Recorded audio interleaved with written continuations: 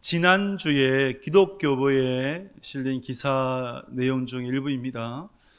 2018년도 4월경에 세계적 커피 프랜차이즈인 스타벅스에서 한 직원이 아무런 그 커피를 주문하지 않고 앉아 있었던 흑인 두 사람을 경찰에 고발을 했어요. 그래서 경찰이 출동을 해서 그들을 체포하게 되었는데, 이것으로 인해서 인종차별, 스타벅스가 인종차별을 한다라고 해서 거센 후폭풍으로 미국 전역에서 불매 운동으로 번지게 되었습니다. 그래서 굉장한 회사로서는 위기였죠. 그때 그 위기를 스타벅스의 회장이었던 하워드 슈츠 회장이 어떻게 극복해 나갔는지 보게 되면, 그가 약 미국에 8,000개의 매장이 있다고 합니다. 8,000개의 매장, 하루를 전면 휴업을 하고, 막대한 손실이죠.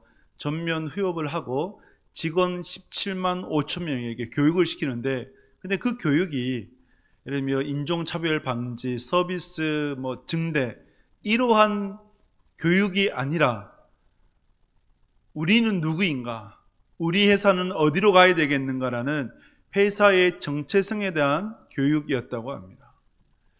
그래서 스타벅스를 창립을 할 때의 모토는 누구든지 편하게 쉴 수 있는 휴식 공간, 집보다 사람보다 편안할 수 있는 공간, 단순하게 커피를 넘어서서 사람과 사람이 만나고, 그리고 그곳에서 편안함의 공간, 그 휴식할 수 있는 그 공간으로 나아가는 것이 그들의 창립의 이념이었습니다. 그것을 주지시키며 위기를 타개해 나아갔다고 합니다.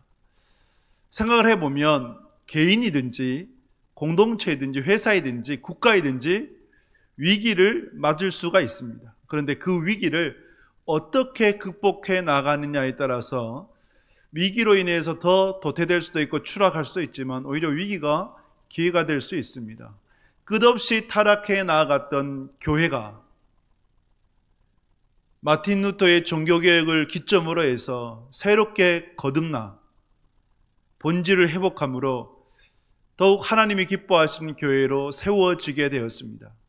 그 종교개혁을 기념하는 날이 10월 마지막 주가 되어지고, 그래서 1517년도 10월 31일 날 마틴 루터가 자신이 몸담고 있었던 비텐베르크 대학의 교회에 95개조 방방문을 게시하면서, 물론 그 전에도 많은 종교개혁이 있었지만 종교개혁을 수면 위에 끌어올렸던 그러한 시간들로 해서 교회의 본질을 회복하는 시간이 되었습니다. 그래서 이러한 우리가 종교개혁 기념주의를 맞아서 예수님의 종교개혁과 마틴 루터의 종교개혁을 우리가 살피면서 우리 신앙의 본질을 어떻게 회복해야 될지, 무엇을 회복해야 될지를 묵상하며 하나님의 말씀을 듣고 그 말씀을 통해 결심하며 결단하는 은혜의 시간이 될 수 있기를 주님의 이름으로 축복합니다. 말씀을 보게 되면 마가복음 11장 11절 말씀 같이 읽습니다. 예수께서 예루살렘에 이르러 성전에 들어가사 모든 것을 둘러보시고 때가 이미 저물매 12 제자를 데리시고 베다니에 나가시니라. 아멘. 예수님께서 어린 나귀를 타시고 예루살렘 성에 입성을 하셨습니다. 사람들은 환호했죠. 호산나 다윗의 자손이여 우리를 구원하소서 하며 환호를 했습니다. 예루살렘 성에 입성하신 예수님께서 가장 먼저 하신 것이 무엇이었을까요? 성전에 들어가셔서 성전을 정결하게 하셨어요. 성전을 깨끗하게 하셨습니다. 11장 15절에 보면 같이 읽겠습니다. 그들이 예루살렘에 들어가니라. 예수께서 성전에 들어가사 성전 안에서 매매하는 자들을 내쫓으시며 돈 바꾸는 자들의 상과 비둘기 파는 자들의 의자를 둘러 엎으시며. 아멘. 예수님께서 성전으로 들어가셔서 성전을 깨끗이 하는데, 성전 안에 매매하는 자들이 있었고, 그리고 환전하는 자들, 비둘기 파는 자들, 이런 자들이 있었어요. 왜 이들이 성전에서 매매하고 환전을 하고 장사를 하게 되었는가 보게 되면, 하나님께서 구약에 보면 1년에 3번씩 하나님께 나와 예배드려라 말씀을 하셨습니다. 유월절, 맥추절, 장막절이 되어지는데 1년에 3번을 말씀하신 것은 하나님을 잊지 말고 기억하며 신앙하라는 그 의미가 되어지는 것이죠. 그런데 하나님께로 나아갈 때 재물을 들고 나아가야 되지 않습니까? 예루살렘 성 안에 사는 사람들은 전혀 문제가 되지 않아요. 그런데 베델이나 단이나 갈릴리와 같은 먼 곳에 있다고 할 때 최소 10여일이 걸려야 예루살렘 성에 오게 돼요. 그러면 그곳에서부터 재물을 준비한다고 하면 재물이 흠이 없을 수가 없겠죠. 양을 끌고 오는데 다칠 수도 있고, 그죠? 흠이 있을 수밖에 없어요. 그러면 제사장들이 보면서 불합격시켜보면 이거는 예물로 쓰지 못해. 불합격시켜요. 그리고 재물이 깨끗하다 하더라도 제사장의 또 다른 목적에 의해서 불합격시킬 수 있어요. 그러면 어쩔 수 없이 예루살렘 성 안에서 재물을 또 구입을 해야 됩니다. 그때의 가격은 훨씬 더 비싸겠죠. 여러분들이 자동차를 몰고 주유를 하려고 할 때 어느 주유소가 제일 비쌌습니까? 일반적으로 고속도로 가장 가까이 있는 주유소 아닙니까? 꼭 이렇게 써 있죠. 마지막 주유소. 예. 그래서 어쩔 수 선택의 여지가 없으니까 그곳에서 기름을 넣지 않습니까? 그런 것처럼 비쌀 수밖에 없어요. 그들이 또 제사장들이, 종교 지도자들이 그런 돈을 목적으로 해서 이방인의 뜰이라고 불리우는 예루살렘 성전 안에서 이렇게 장사를 했던 거예요. 비둘기를 팔고 재물을 팔고 했던 것입니다. 그뿐만 아니라 그곳에서는 성전세를 드려야 되는데 성전세를 로마 화폐로는 받지 않았어요. 로마 화폐는 받지 않고 유대 화폐로만 받았으니 또 예루살렘에 와서 성전세를 내기 위해 환전을 해야 되는 거예요. 값비싸게, 오히려 더 폭리로 환전을 하게 되고, 이 모든 이권의 중심에 종교 지도자들이 있었던 것이죠. 유대 역사가 요세푸스에 의하면 6월절이 되었을 때에 사고 팔았던 그 재물의 숫자가 약 25만 마리까지나 되었다고 합니다. 그러면 여러분, 거기에서 거래되는 금액은 엄청난 거예요. 이렇게 제사를 드리는 자의 편의와 그리고 종교 지도자들의 욕망에 의해서 예수님 시대 때의 성전이 마치 장사치의 강도의 소굴로 바뀌어 버리게 되었습니다. 예수님 시대 때의 성전은 크게 나누어져 보면 이방인의 뜰이 있고, 더 들어가면 여인의 뜰, 이스라엘의 뜰, 제사장의 뜰이 있고, 그 안에 성소와 지성소로 나뉘어져 있습니다. 그래서 이방인의 뜰은 그곳에서 장사를 하게 되었는데 이방인들만이 와서 예배를 드리는 공간이 되었어요. 그런데 너무 사고 파는 장사치, 동물의 울음소리, 환전의 소리로 인해서 도저히 이방인들이 예배드리지 못하는 공간이 되어버렸습니다. 그것을 주님께서 보시며 분노하시고 상을 엎으시고 의자를 엎으시면서 종교를 개혁을 하신 거예요. 성전을 정결케 하신 것입니다. 예수님의 종교개혁의 핵심이 무엇인가 할 때 17절에서 이렇게 말씀을 해요. 마가복음 11장 17절 말씀 같이 읽습니다. 이에 가르쳐 이르시되 기록된 바 내 집은 만민이 기도하는 집이라 칭함을 받으리라고 하지 아니하였느냐. 너희는 강도의 소굴을 만들었도다 하시매. 아멘. 예수님의 종교개혁 핵심이 무엇입니까? 내 집은 만민이 기도하는 집이라. 내 집은입니다. 여기서 집은 뭘까요? 구약에는 성전이죠. 솔로몬 성전이 되어지고, 그리고 신약에 와서는 교회가 되어져요.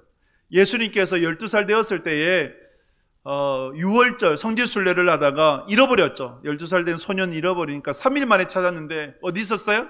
예루살렘 성전 안에 있으면서 부모가 요셉과 마리아가 야단쳤죠. 너 왜 여기 있느냐 하니까 소년 예수가 뭐라고 얘기합니까?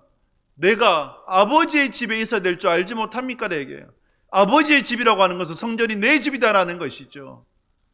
성전이 예수님의 집이고, 신약으로 그리고 제자들을 통해서 베드로가 신앙 고백을 합니다. 주는 그리스도시여 살아계신 하나님의 아들이십니다 고백했을 때 예수님께서 베드로를 축복하시며 바요나 시몬아 네가 복이 있도다 라고 하시면서 내 반석 위에 내 교회를 세우겠다고 하셨어요. 그래서 예수님의 집은 뭐냐? 교회가 되는 거죠. 이 교회는 만민이에요. 만민이 기도하는 집인데 만민은 누구겠습니까? 복음을 통해 예수를 그리스도라고 고백하는 이들이 되어지는 것이죠.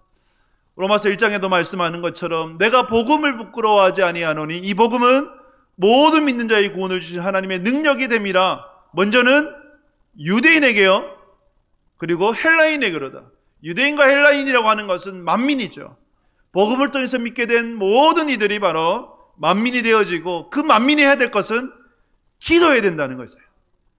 예수님의 종교개혁의 핵심은 기도하는 집으로 만드는 것입니다. 주께서 우리에게 주시는 말씀이 되어지죠. 그러면 우리의 신앙의 본질로 나아간다고 할 때에 우리는요, 기도하는 집으로 우리의 신앙을 세워나가야 되는 것입니다. 여러분, 기도가 뭡니까? 기도는 하나님과의 대화이죠. 하나님과 교제하는 거예요.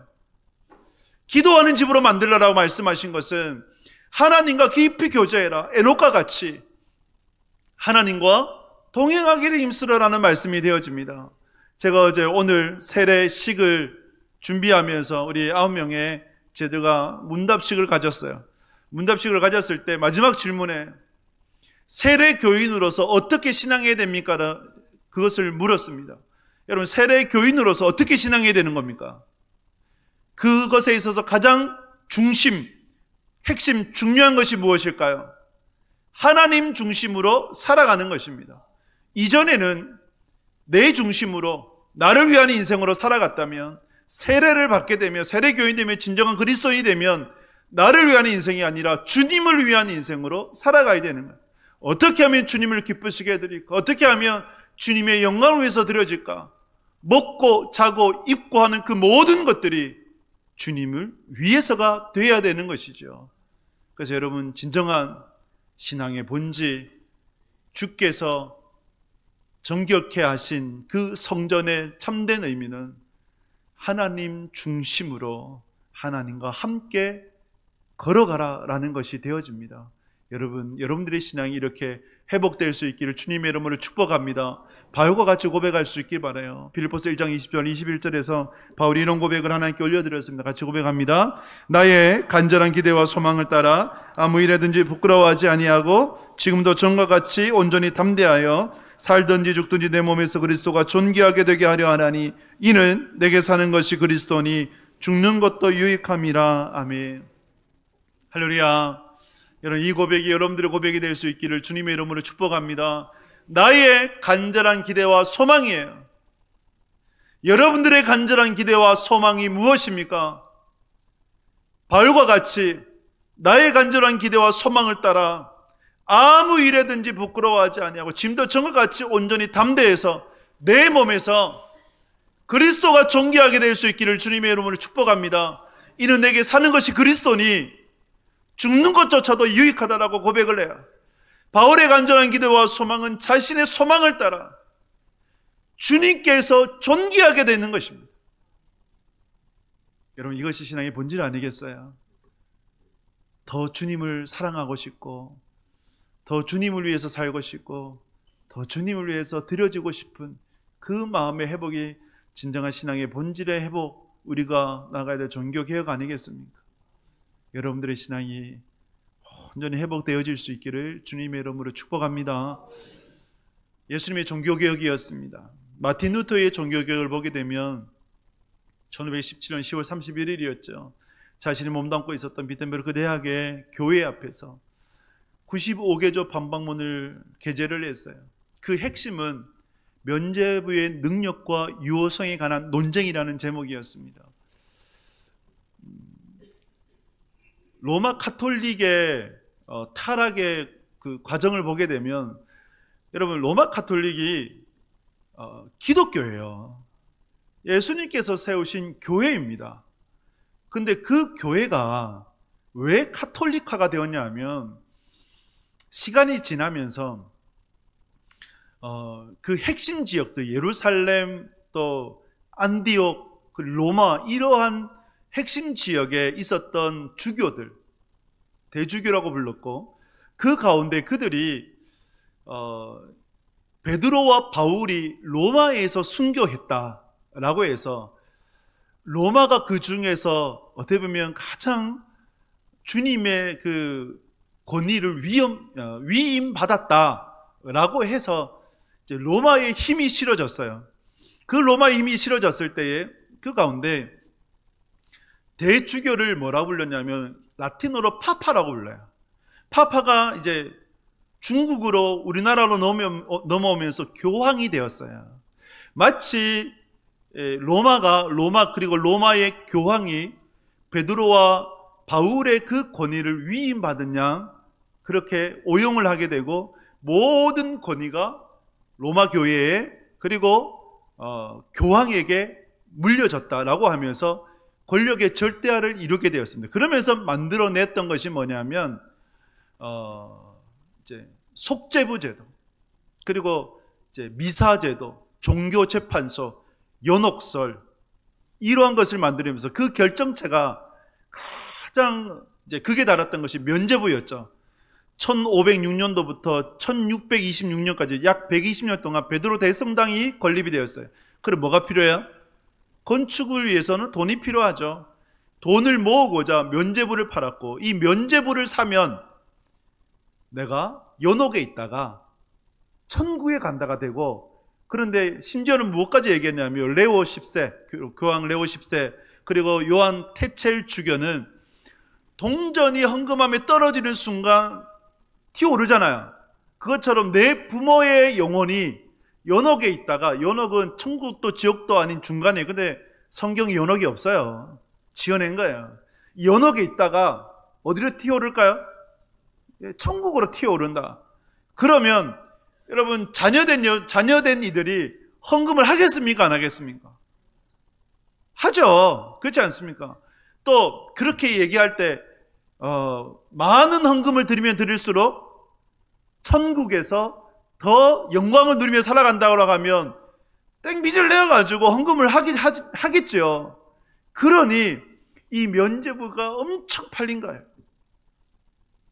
이것은 성경에 있는 것도 아니고 그들이 돈을 만들기 위해서 거짓말하고 거짓말로 만들어낸 교리가 됩니다. 그럼 왜 이렇게까지 교회가 타락하게 되었는가? 로마 카톨릭이 다른 거 아니에요. 카톨릭은 굉장히 좋은 말입니다. 보편적, 전체적이라는 의미예요. 여러분, 교회는 보편적 교회잖아요. 우주적 교회지 않습니까? 전체 교회고 하나의 교회잖아요. 사도적인 교회잖아요. 그러면 왜 이토록 교회가 타락하게 되었는가 할 때 크게 세 가지 이유를 들 수가 있거든요. 하나는 기독교가 핍박받는 종교였잖아요. 근데 일정 시점을 해서 군림하는 종교로 바뀌었습니다. 그 기점이 313년도에 로마의 콘스탄틴 황제에 의해서 기독교가 자유적인 종교로 이제 바뀌어 버렸습니다. 그것을 이제 칙령이라고 부르는데, 밀라노 칙령이라고 부르는데, 그곳에서 기독교는 이제 더 이상 핍박받는 종교가 아니라 누구든지 믿어야 되는 종교로 바뀌어 버렸어요. 그리고 시간이 좀 지나서 367년도에 성경이 정경화되었습니다. 오늘날의 이 성경이 367년도에 만들어진 거예요. 그리고 380년도에 로마의 국가의 종교로 기독교가 공인되게 됩니다. 그러면 핍박받는 종교에서 기독교는 국가의 종교가 되고, 이제 기독교가 타 종교들을 그때부터 핍박해요. 자기들이 박해받은 거를 그대로 박해를 줘요. 그러니 타락하지 않을 수가 없죠. 두 번째가 국가 권력과의 유착이에요. 종교가 국가와 권력과 유착되어 버립니다. 중세 봉건 사회를 AD 4세기부터 14세기로 봅니다. 거기에서의 계급이 나눠졌잖아요. 노예, 농민, 평민, 그 다음에 영주가 있어요. 영주 위에 뭐가 있는지 아세요? 성직자가 있었어요. 성직자 위에 국왕이 있었거든요. 왕이 있었거든요. 그런데 어느 때는 성직자가, 즉 교황이 왕 위의 권위를 가져버렸어요. 그리고 대도시의 주교가 되는 것을 굉장히 선호했고, 그래서 돈을 써가며 로비를 내가며 대주교가 되려고 그랬습니다. 누구한테 로비할까요? 왕에게 로비하거나 교황에게 로비하겠죠. 그 당시에 교회가, 교황이 얼마나 부자였냐면 유럽 전역의 부동산의 40%가 교회와 교황의 소유였습니다. 그리고 주교가 되거나 사제가 되면 세금이 면제됐어요. 그러면 이 귀족들은 어떻게 해요? 자기 아들들 중에 반드시 사제로 만들어야 되는 거예요. 그 사제 만들기에 쟁탈전이 벌어졌어요. 이러니 여러분, 교회가 타락하지 않을 수가 없죠. 국가 권력과 밀착이 되어져서 온갖 부패가 일어나는데, 일삼아지는데 타락하지 않을 수가 없는 거예요. 그리고 성경의 사유와, 그 당시 성경은 굉장히 비쌌습니다. 식물의 파피루스나 동물의 가죽으로 필사했는데 그 성경을 가지려면 성 전체를 팔아야 될 정도로, 작은 성 하나를 팔아야 될 정도로 비쌌어요. 비쌀 뿐만 아니라 라틴어로 기록이 되어서 읽지도 못했어요. 그러니 일반 평민들은 성경을 모르잖아요. 이거를 사제들과 교황이 악용을 해서 무지해야 마음껏 부리기 쉽지 않습니다. 그 무지함을 이용했던 거예요. 여러분, 이렇게 교회가 부패해 나갑니다. 다른 교회 아니에요. 예수님께서 세우신 교회예요. 예수님께서 세우신 교회라도 이처럼 부패할 수 있는 거예요. 속죄부 제도를 왜 만들어요? 미사를 왜 만들어요? 연옥서를 왜 만들어요? 고해 성사를 왜 만듭니까? 면죄부를 왜 팔아요? 여러분, 제가 월요일 날에 이제 정관의 추모공원에 갔어요. 깜짝 놀랐어요. 뭐 때문에 놀란 줄 아십니까? 크게 두 가지. 기독 그 정관에 보면 이제 납골이 되어 있지 않습니까? 그러면 종교가 표시되어 있어요. 생각보다 십자가가 별로 없는 거예요. 제일 많이 표시된 게 뭐였냐? 불교였어요. 그래서 깜짝 놀랐어요. 야, 기독교 이렇게 적나? 하는 거 놀랬고, 또 한 가지는 천주교인의 납골을 보니까 뭐라고 적힌지 아세요? 성모 마리아님, 고인을 편한 곳으로 인도해 주십시오. 성모 마리아가 누구예요? 예수님의 어머니잖아요. 그냥 마리아예요. 사람이에요. 우리와 똑같은 성전을 가진 사람이에요. 그런데 왜 그들에게 기도해요? 신격하잖아요. 지금도 성당에 보면 성모 마리아 상이 성당 입구에 있거든요. 지나가는 사람마다 두 손 모고 기도해요. 제주도에 가면 제일 유명한 신부 중에 한 분이 김대건 신부예요. 물론 그분이 행한 업적은 대단합니다. 하지만 신격화 아니잖아요.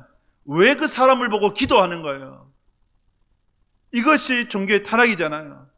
우상화잖아요. 이렇기 때문에 마틴 루터가 면죄부의 능력과 유효성에 관한 논쟁을 개시하면서 종교 개혁으로 나갈 수밖에 없었던 거예요. 그런데 여러분, 종교 개혁이 새로운 교회를 만들자 아니에요. 본질을 회복하자예요. 본질을 회복하자. 그것이 종교 개혁이에요. 그래서 우리가 개혁교회, 이렇게 이제 우리 개신교회라고 할 때 리폼드 처치라고 부릅니다. 개혁된 교회. 개혁된 교회, 본질로 돌아간 교회라고 불러지는 거예요. 새로운 교회가 아니라. 그러면 이것을 우리에게 적용한다면 어떻게 적용할 수 있을까요? 핍박받는 종교에서 군림하는 종교가 되어버렸어요. 그래서 타락되어져요. 여러분들은 섬기려고 하십니까? 군림을 받으려고 하십니까? 우리의 입술은 섬긴다고 하는데 우리의 마음은, 우리의 행함은 군림 아닙니까? 여러분, 섬기는 것이 다른 거 아니에요. 다른 사람보다 조금 희생하고 조금 헌신하고, 그것이 우리의 섬김이 되어지는 겁니다. 그래서 여러분, 우리가 주님을 통해서 본받아야 될 그 신앙은 굴림이 아니라 섬김의 신앙인 줄 믿습니다. 그래서 제가 여러분들에게 좀 부탁하고 드리고 싶은 거는, 여러분, 주일에 우리가 2부 예배 정도 되면 주차가 굉장히 없어요. 그런데 여러분들이 조금이나 섬기려고 하신다면 1부부터 오후까지 계속 있는 분들은 좀 이제 교회 밖으로 주차하시면 좋겠어요. 중직자들 얘기하니까 자꾸 왜 중직자들 보고 희생하고 헌신하라 하냐 하시는데, 그러려고 세운 거예요. 아시겠어요? 새가족 보고 섬기라고 하면 안 되잖아요. 안 그렇습니까? 그러니까 중직자들이 먼저 교회 안에 주차하지 마시고 교회 밖으로, 외부로 얼마든지 주차할 때가 있더라고요. 저도 외부에 주차를 하고 들어와요. 그래서 여러분, 이것이 섬김입니다. 큰 희생, 목숨을 내놓는 희생이 아니라, 헌신이 아니라 내가 할 수 있는 작은 헌신이 주님의 공동체를 세워나가는 거예요. 종교가 권력화가 되었어요. 이것을 우리에게 적용해 보면, 여러분, 직분의 권력화, 직분의 계급화, 직분의 권위화, 여러분 자유할 수 있습니까? 우리 교회는 그래도 솔직히 아주 없다고 얘기하지 못하고 그래도 양호한 것 같아요. 근데 제가 이전에 사역했던 교회들은 여러분 직분자 선거를 하고 난 후에 효율적이 너무 컸어요. 장로 집사 권사가 안 되었을 때 집사는 괜찮아요. 뭐 그자 치는데 장로가 안 되고 권사가 안 되면 교회를 떠나요. 교회가 나를 무시하느냐, 사람이 나를 무시하느냐, 내가 왜 직분자를 못 뽑히냐, 그러면서 떠나. 그 다른 교회 가서 장로 안수 받고 또 왔더라고. 또 그래서 내 장로라고 얘기를 한 분들이 계셨어요. 안타깝지 않습니까? 이것이 직분의 권위하예요, 계급하예요. 여러분들은 그런 거 아니에요. 총회도 똑같은 것 같아요. 서로 총회장이 되고 싶어 하는 것 같아요. 그래서 총회장이 되려면 약 1억 원의 경비가 필요하다 얘기해요. 왜 그 큰 돈을 자신의 감투 쓰는 데 사용되어져야 되는 거예요? 서로 고사해야 되는 것 아닙니까? 그런데 누군가는 이제 총회 일을 해야 되니까 그러면 서로 양보를 하다가 정말 섬기는 마음으로 세워져야 되는 거, 그것이 맞는 것 아닙니까? 근데 우리 교단은 그래도 양호한데 타 교단을 보면 칼부림까지 나요. 총회를 하는데 정말 슬퍼요. 그런 뉴스들을 보면. 직분은 계급이 아니에요. 직분은 권위가 아니에요. 직분은 하고 싶은 것이 아니에요. 직분은 무서운 거예요. 먼저 선생되지 말아라고 하셨어요.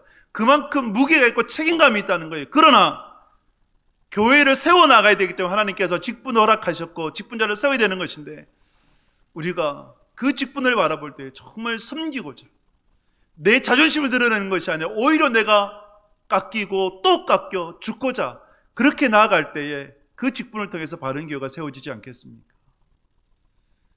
이러한 신앙의 본질이 회복되어질 수 있길 주님의 이름을 축복합니다. 성경의 사유화예요. 성경을 읽지 못하도록 했어요. 근데 여러분, 중세 시대는, 봉건제 때는 너무 비싸가지고, 그리고 라틴어로 되어 있어서 성경을 못 읽었다가 쳐요. 여러분 왜 안 읽으세요? 이게 성경의 사유화예요. 그렇지 않습니까? 성경을 멀리하는 것이 그들의 목적이었다면, 사단의 전략이었다면 그 전략에 우리가 휩쓸린 거 아닙니까? 성경을 읽어야 합니다. 말씀을 더욱더 가까이 하셔야 합니다. 그러한 여러분 될 수 있기를 주님의 이름을 축복합니다. 예수님의 종교개혁과 마틴 루터의 종교개혁을 보면서 신앙의 본질을 살펴보았어요. 근데 여러분, 정말 우리가 신앙의 본질을 얘기할 때 삶의 방향성 아니겠습니까? 우리가 무엇을 향해 살아야 될까요? 무엇을 향해 나가야 될까요? 하나님께서 무엇을 기뻐하시겠습니까? 하나님께서 인간을 창조하시고 아담과 하와에게 명령하셨죠. 생육하고 번성하고 땅에 충만하라, 정복하고 다스려라고 하셨어요. 이것을 문화대명령이라고 불러요. 이 문화대명령을 누가 물려받았느냐? 노아가 물려받았고, 그리고 아브라함이 물려받았어요. 아브라함에게 천하 만민이 너로 말미암아 복을 얻을지어다 말씀하셨고, 그 명령에 따라 아브라함에게 세 가지의 복을 주셨죠. 땅과 자손과 복의 근원이에요. 먼저는 하나님께서 자손의 복을 주셨어요. 그래서 아브라함, 이삭, 야곱, 요셉을 통해서 애굽에 정착하게 되고 400년을 보내면서 300만 명이라는 하나님의 백성이 만들어졌어요. 그 다음에 곧장 시내산으로 가서 하나님의 주권이 선포되게 됩니다. 하나님이 주인이신 나라, 말씀으로 통치되는 나라가 선포되어지고, 그리고 땅을 주셨죠. 여호수아를 통해서 땅을 정복을 하고 하나님 나라를 세워 흩어진 하나님의 백성들을 돌아오도록 하기를 원하셨어요. 제사장 나라가 되기를 원하셔서. 그런데 이스라엘 백성들이 그 제사장 나라의 직분을 제대로 감당하지 못하자 하나님께서 그들을 무너뜨려 버리셨죠. 그 이후에 예수님을 보내어 주셨고, 왜? 수많은 선지자들을, 종들을 보내어줘도 듣지를 못하니까, 깨닫지 못하니까 최후의 보루로 하나밖에 없는 아들 예수 그리스도를 이 땅에 보내어 주셔서 주님께서 십자가에 못 박혀 죽으시고 부활하신 말미암아 구속사를 완성하시게 되셨습니다. 그 완성하시면서 유언과도 주셨던 말씀이 마태복음 28장 아닙니까? 28장 18절에서 20절 말씀 같이 읽겠습니다. 예수께서 나와 말씀하여 이르시되 하늘과 땅의 모든 권세를 내게 주셨으니 그러므로 너희는 가서 모든 민족을 제자로 삼아 아버지와 아들과 성령의 이름으로 세례를 베풀고 내가 너희에게 분부한 모든 것을 가르쳐 지키게 하라. 볼지어다 내가 세상 끝날까지 너희와 항상 함께 있으리라 하시니라. 아멘. 예수님의 명령입니다. 이것을 우리가 뭐로 불러요? 지상 대명령이라고 부르지요. 그래서 이 지상 명령을 통해서 이 세 구절의 말씀이 한 단어로 묶여요. 제자를 삼다. 가서 전도해서 세례를 베풀고 가르쳐 지키게 함으로 예수님의 제자를 삼아라, 이 말씀이 되어지는데, 아담과 하와에게 주셨던 문화 대명령이 노아와 아브라함을 통해서 계승이 되어졌고, 이것을 예수님께서 다시 지상 대명령으로 재선포하시며 누구에게 주신 거예요? 제자들에게 주셨죠. 제자들은 누구에게요? 교회, 제자들을 통해서 세워진 교회를 통해서 선포되어졌고, 그 교회에 속한 우리들에게 주신 명령이 바로 지상 대명령, 제자를 삼는 명령이 되어집니다. 그래서 우리의 삶의 방향성은 뭐가 되어야 되냐? 영혼 구원이 되어야 되는 거예요. 할렐루야. 영혼 구원이 되어야 되는 거죠. 학교가, 대학교가 선교지가 되어야 돼요. 직장이 선교지가 되어야 되고, 나의 사업처가 선교지가 되어야 됩니다. 제가 임마누엘 기사 선교회 설교할 때마다 드렸던 말씀이, 여러분들은 달리는 선교사십니다라는 말씀. 그 택시 안이 선교지가 되는 거예요. 그래서 우리의 삶의 방향성은 지상 대명령을 따라서 영혼구원의 삶으로 나아가야 되는 것이죠. 주님께서 그토록 원하시는 겁니다. 이른 양의 비유, 이른 아들의 비유, 이른 돈의 비유를 통해서 99마리 양이 있었지만 한 마리 양이 주님께로 돌아왔을 때 그 아들이 자신을, 아버지를 보고 죽어라라고 말하면서 저주를 퍼부으며 유산을 받아서 먼 나라가 허랑방탕하게 지내 피폐해져서 돌아왔지만, 그러나 그 아들을 달려가서 끌어안고 입맞추며 아들의 치유를 회복시켜 주신 것처럼 잃어버린 한 영혼을 이처럼 귀하게 여기신 것이 하나님이세요. 그러면 우리는 하나님의 마음을 품고 잃어버린 영혼을 향해서 나가야 되지 않겠습니까? 그저께 미용실에 갔어요. 미용실 가서 이제 커트를 하는데, 그래서 미용실 아주머니한테, 아주머니 저희 11월 둘째 주, 첫째 주, 둘째 주에 가수 자두 와요. 자두 아세요? 자두 알죠? 약간 연령이 있어서 잘 아시더라고. 그래서 우리에게 꼭 오세요. 꼭 오세요. 꼭 예수님 믿으세요. 그러니까 웃고만 계시더라고요. 볼 때마다 얘기해요. 제가 볼 때마다 예수 믿으시라고. 멀다면, 성안동이 멀다면 가까운 교회 가시고, 이번엔 꼭 우리 교회 한번 오시라고.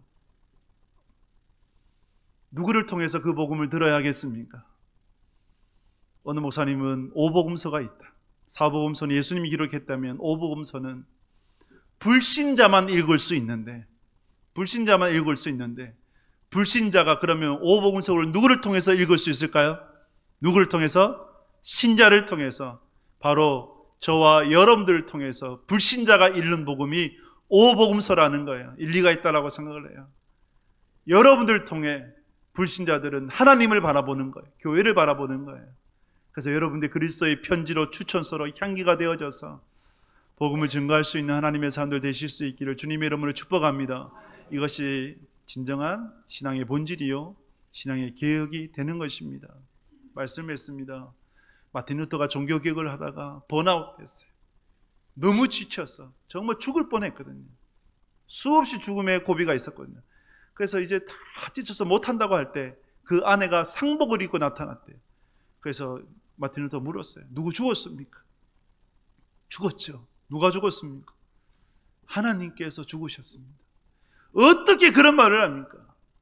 당신이 지금 의기소침해서 이렇게 쓰러져 있고 나태 있고 지쳐 있는 것을 보니까 하나님이 죽은 것 같습니다. 여기에 충격을 받고 다시 일어나서 오늘 우리가 드렸던 찬양이죠. 내주는 강한 성이요. 이것이 마틴 루터가 사사곡을 하고, 그리고 마틴 루터가 종교교를 하면서 불렀던 찬양이에요. 이 찬양을 고백하면서 주님이 내 강한 성이다 고백하며 종교개혁을 이뤘다고 합니다. 신앙의 본질을 회복하는 것이 쉽지 않습니다. 우주선이 이륙하고 우주의 궤도에 도달하기까지 엄청난 에너지가 필요해요. 즉, 그 지구의 대기권을 벗어나는 게 너무너무 힘듭니다. 그러나 대기권을 벗어나면 우주 궤도에 안착할 수 있고 아무런 동력 없이도 운행할 수 있어요. 벗어나기까지가 힘겨운 거예요. 여러분들의 잘못된 신앙의 습관, 그것을 벗어나기까지가 힘든 거예요. 무엇보다 여러분들의 신앙의 본질이 회복되길 바라고, 하나님 앞에 드리는 예배가 회복되길 바라고, 예배가 온전해야 돼요. 지각하지 마시고 예배 자리를 굳건히 지키시고, 그래서 주님께서 원하시는 하나님의 사람으로 굳건히 세워지는 복된 믿음의 성도들 되실 수 있기를 주님의 이름으로 축복합니다.